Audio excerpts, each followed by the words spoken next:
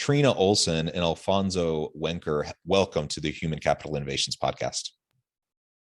Thanks for having us. Great to be here. It is a pleasure to be with you. I'm super excited to have a nice dialogue with you today. We're going to be exploring how we can go about aligning our values of equity with our actions within our organizations, hiring, onboarding, promotion, all those sorts of things.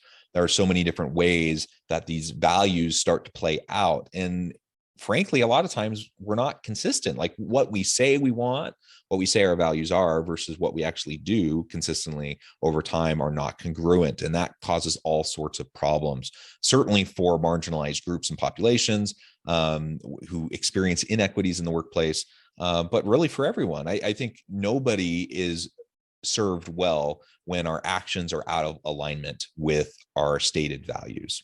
So that's what we're going to be exploring together today. As we get started, I wanted to share my guests' bios with everybody. Trina Olsen is the next guiding voice in the conversation about the future of work and equitable work culture. CEO and co-founder of Team Dynamics, Trina believes going to work in America can feel fundamentally different if and only if we deal with the impacts of racism and sexism. For the past 25 years, Trina has held key leadership roles around the country in New York, Washington, D.C., Seattle, and Los Angeles. She has authored numerous pieces on race and gender issues, including Seeking Safe Haven, LGBTQ People in the American Immigration Experience as a co-author. She's a co-host on the Behave podcast and a highly sought-after workplace equity advisor. Alfonso Wenker is a lauded movement and thought leader driven to convene, connect, and coach top executives to better align values with practice.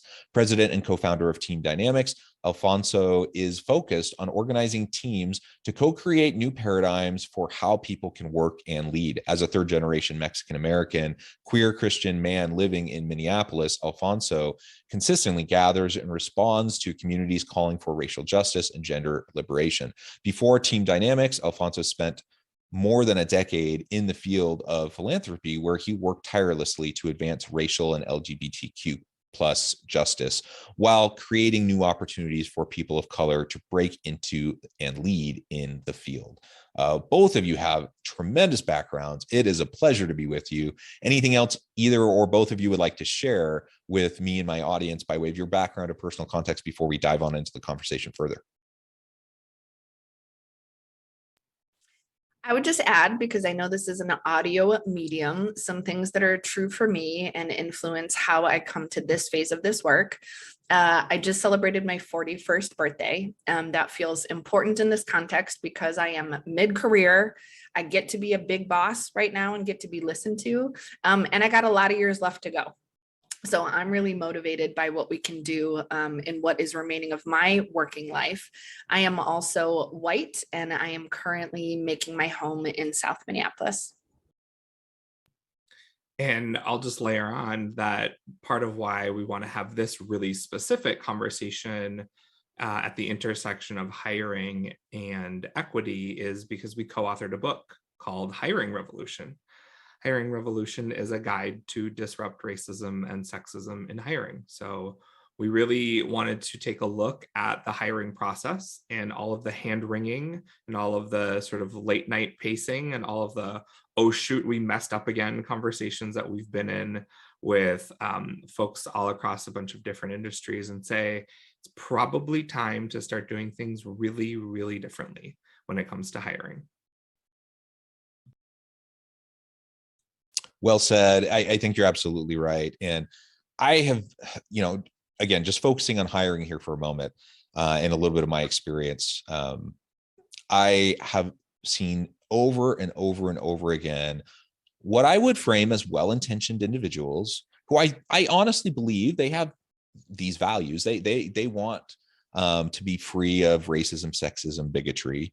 They espouse good values, yet the processes put in place, the mechanisms that are institutionalized and how they carry things out in the practice of, say, hiring, inevitably perpetuate systems of inequality and inequity and injustice. And so regardless of the good intentions that people might have, though, when there's bad outcomes, it has to be called out and it has to be corrected. And so, I really appreciate the work that both of you are doing to try to address these challenging issues, which are uncomfortable for many. And it's a hard thing for many to start to wrap their minds around.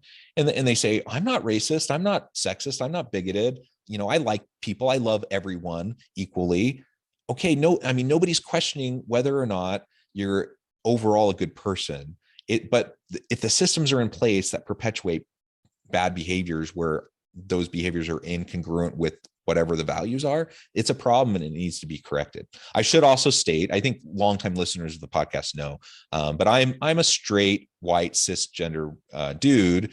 And so I come to the conversation with all my layers of privilege as well. I appreciate both of you laying out kind of your background, your context. And I think together we can have a really great dialogue as we explore all of this. So as we get started, let's start to we're going to try to tackle and define some things. Racism and sexism, for example. Let's hone in on that for a moment. What is it? And why do you think that racism and sexism in hiring have remained such a pervasive problem in the US today?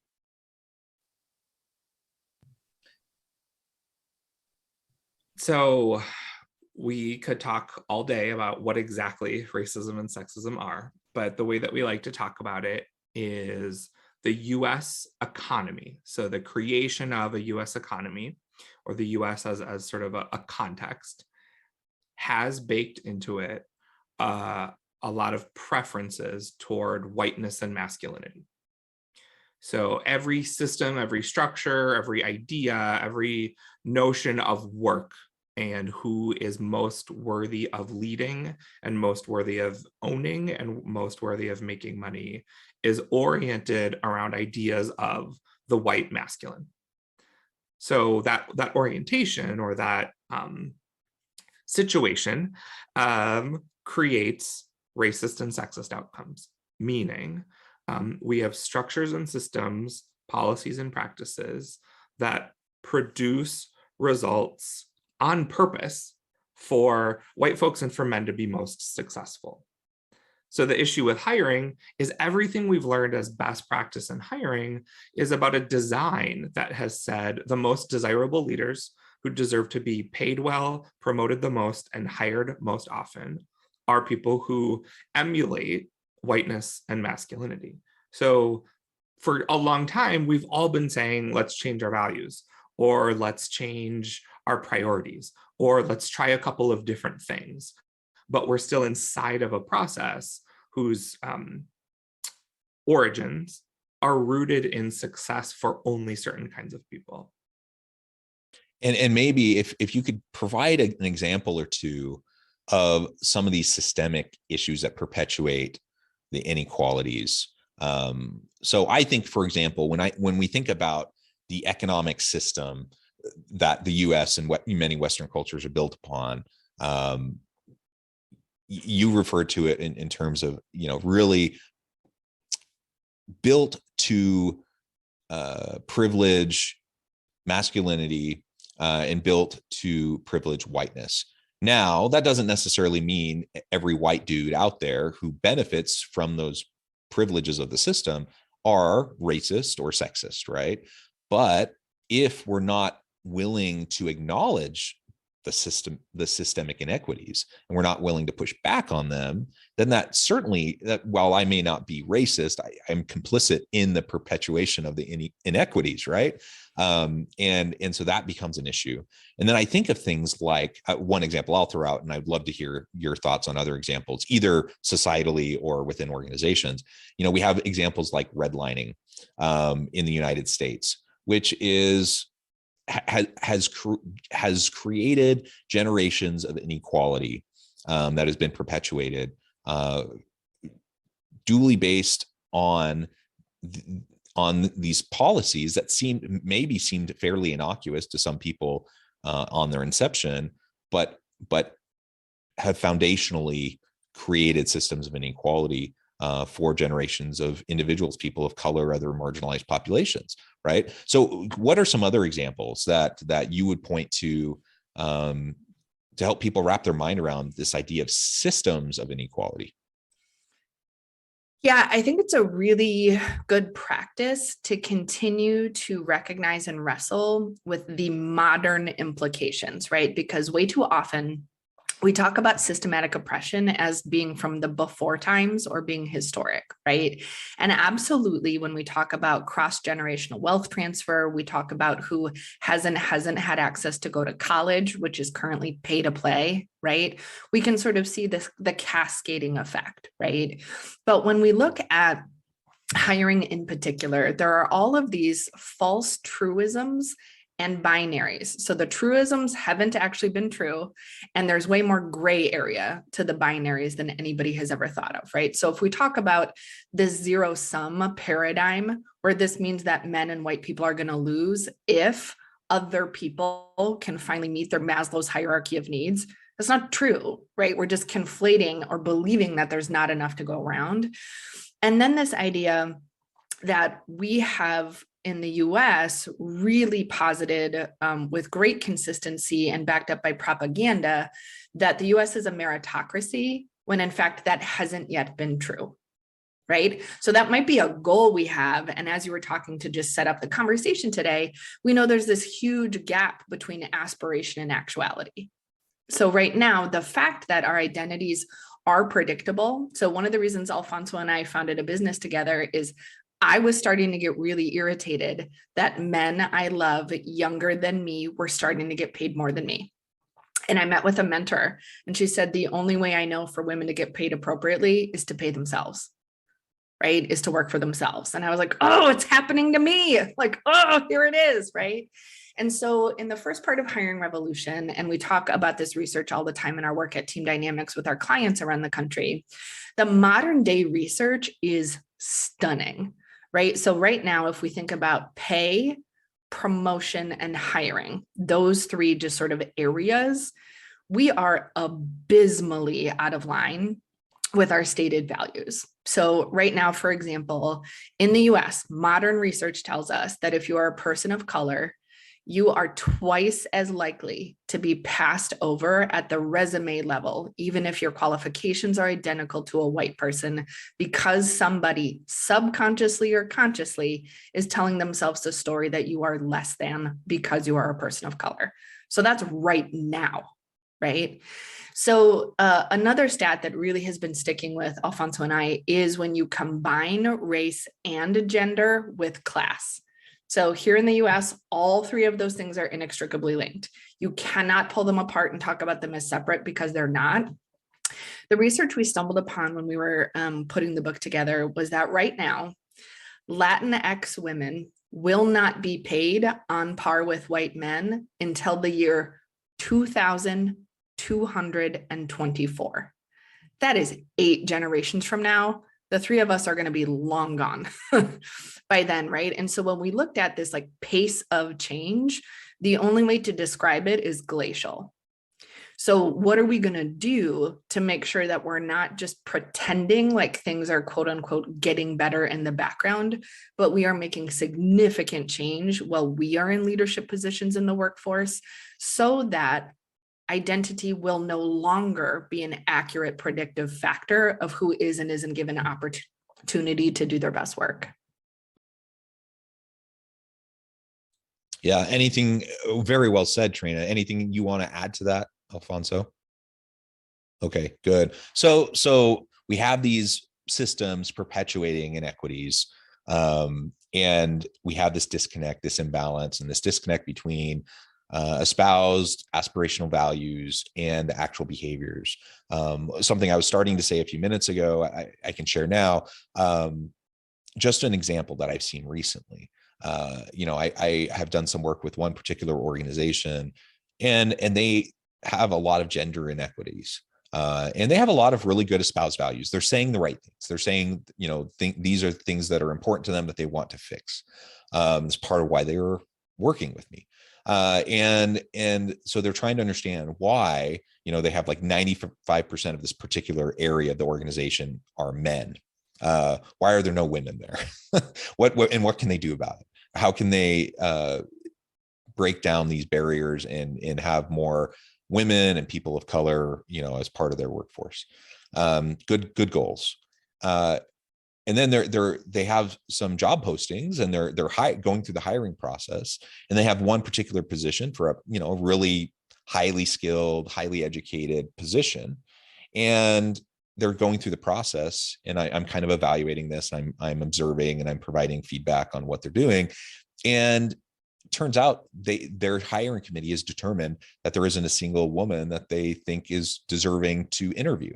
Not a single woman to even interview, let alone, offer a position to. How are you ever going to address the gender imbalance in a certain area of an organization if you're not even interviewing women for positions? How are you ever going to address, the fact that 80+% of them are all white dudes?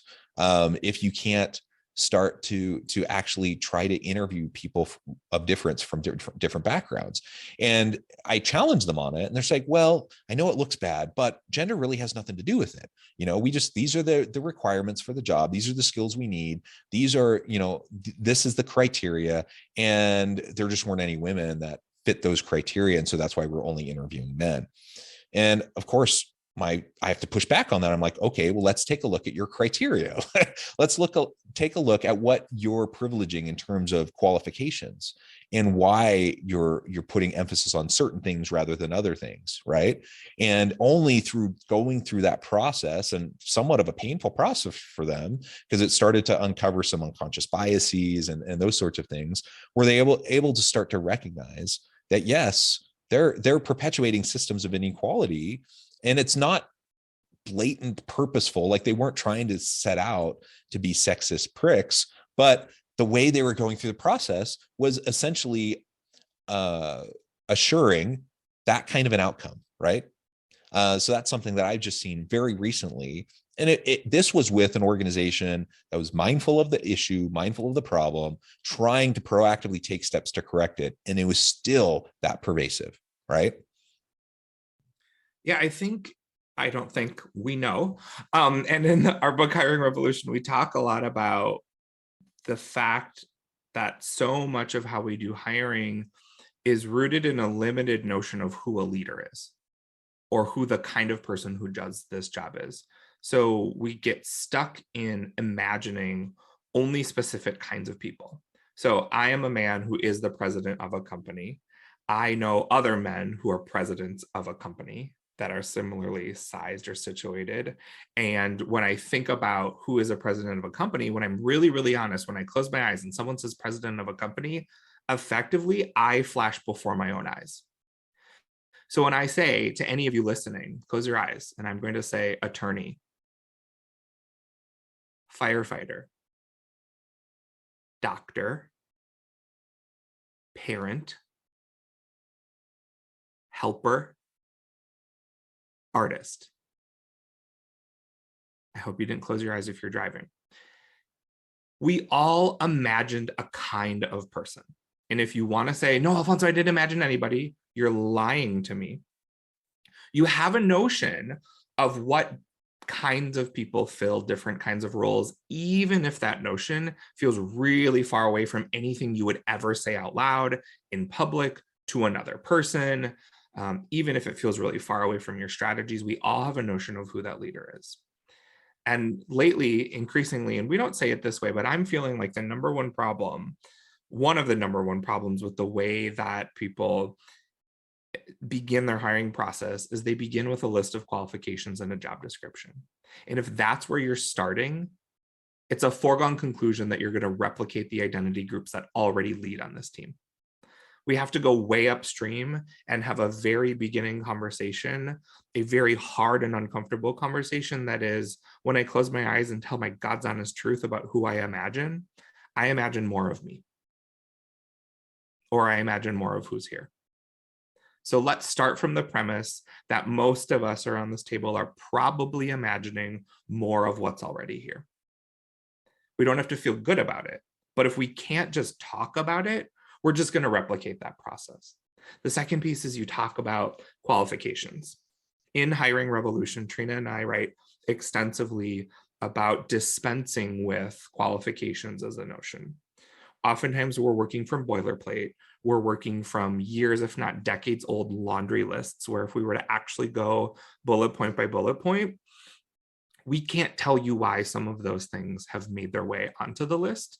And in fact, a bunch of us might not even be able to do or have done the thing that is that bullet point that we're asking people to have done before. So in Hiring Revolution, we make a pivot. And so what you need to do is come up with a readiness and value add matrix. What is it that someone needs to be ready and able to come in ready and able to do? And what is the value add that they would contribute to this team? So not did you go to the same kind of college as me, not have you basically had this exact job before somewhere else and you just feel like leaving for an exactly lateral move, right? This isn't the market for that, right? And what are we ready, willing, and able to teach? Because if we're honest, there's probably a lot at our company that we would prefer to teach people to do rather than someone coming with industry experience and us having to unlearn ways of doing a particular task or particular function. So we have to come back to this readiness and value add matrix as sort of a central conversation point in the process also, so that we don't start talking about hidden criteria, personal biases and preferences that we have. We can say, hey, actually, we didn't say that we needed the person to be ready to do that. We didn't say that thing would add value. So why has it become the make or break talking point about this particular candidate? So John, if it's okay, two things that came up for me while Alfonso was sharing is I want to be crystal clear that the reason we showed all of our work, so in some ways our book to us feels like we were back in an 8th grade math class, right? Remember where you weren't allowed to turn in your homework if you only had the answer, right? So right now at Team Dynamics, we are a majority people of color firm. We have women and men in leadership. We have LGBT people. So we could just be like, ta-da, we did it. But what we did was we have over 20 tools that people are welcome to borrow from and use as new templates, because it's literally how we hire. And so what we're trying to do is not lower the bar. We're trying to disentangle what for so long have been arbitrary barriers, right? So we've all ended up interviewing somebody who has been a manager for 10 years. Doesn't mean they were good at it. Right? Exactly. Right. And then that idea too, because you had mentioned at the beginning, this idea of spending all of our energy trying to resist being called or thought of as racist or sexist. So part of what Alfonso and I think is the value in his and my partnership, which is across race and across gender, we have all been racially and gender programmed. So if we think of it that way, none of us are off the hook for that programming. And so part of it is, as grownups who can handle real, actual hard things, we can say, okay, so my programming has led me to prefer people who are 6 feet tall to people who are 5'1". My programming has led me to prefer people who are thin to people who are heavy. My programming has led me to believe that people that speak English differently than me are less intelligent. Okay, now I'm like, well, I don't actually believe that. I've been to a ton of friends and family's houses and we all talk in our own way and everybody's really freaking smart. So we can slow down enough to say, okay, what is true about my programming? We don't have to be defensive about it. And then given that programming, how is that out of alignment with our values? So what are we going to do every move along the way, from the job posting to asking for referrals to interviews to selection, that makes sure we keep that front and center rather than sort of buried and in a shame spiral about it? Yep. Very well said. Trina and Alfonso, this has been a fascinating conversation, and I'm just so sad. I note the time. It has flown by.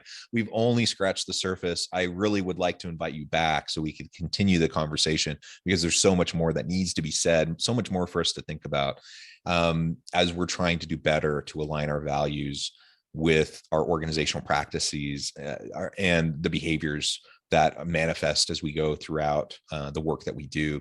But we're going to have to part ways for now. But before we close, I wanted to give you a chance to share with listeners how they can get connected with you, find out more about your work, your team, and then give us a final word on the topic for today. Absolutely. Well, folks can check out teamdynamicsmn.com or at Team Dynamics LLC on Twitter. You can also head to hiringrevolutionbook.com, where you can get all of those tools that Trina talked about. So those are the best places to find us. And I would say my final word for today is just Alfonso and I have a ton of hope that taking tangible action is really going to make an incredible difference in our lifetime. So rather than feeling resigned, like all of this is out of our control, or we're not attorneys or judges or elected officials, so what on earth can we be doing about the inequity in the US? For anybody who touches any part of a hiring, pay, or promotion process, there is a ton you can do. So our goal is for this to feel really empowering, as though there are actions you can take this week. I love it. And that is the point, is we just need to start now, right? And get past having the conversations. That's good. Lots of organizations are trying to have the conversations, trying to articulate your values. That's good, but we can't end there. That's the starting point, not the end point. And we have to move beyond to really, really challenge and examine the policies, practices, procedures, the institutionalized systems of oppression, of injustice, of inequality, and try to better understand how we can go about breaking down the barriers so that we can truly give everyone equal opportunities, so that we can truly help everyone to feel included and feel like they belong, that they're needed, wanted, valued, and have the opportunity to contribute in meaningful ways every day. That's what we're going for. That's what we want. Like you, I tend to be optimistic. I think we're going to get there, but we just have to keep focusing on this, and we have to keep challenging and keep pushing. And so I'm excited to see what you and your team continue to do. I encourage listeners to reach out, get connected, find out more about what Trina and Alfonso can do for you. And as always, I hope everyone can stay healthy and safe, that you can find meaning and purpose at work each and every day. And I hope you all have a great week.